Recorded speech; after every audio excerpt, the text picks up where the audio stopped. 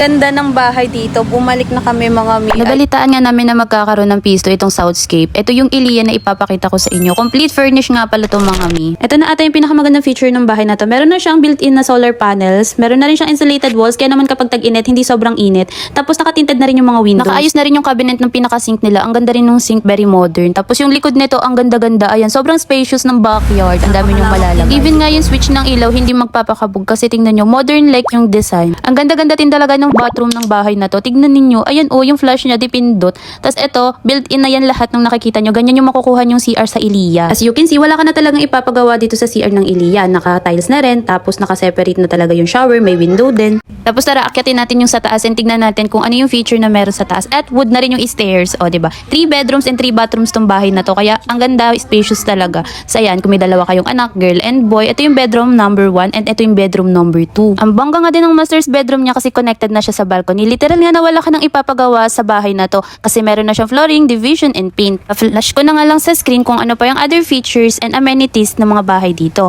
And as of now, Alban na lang sa phase 1 yung available. And kung interested kayo, ilalagay ko na lang din yung mga details ko sa aking video. Yun lang, bye!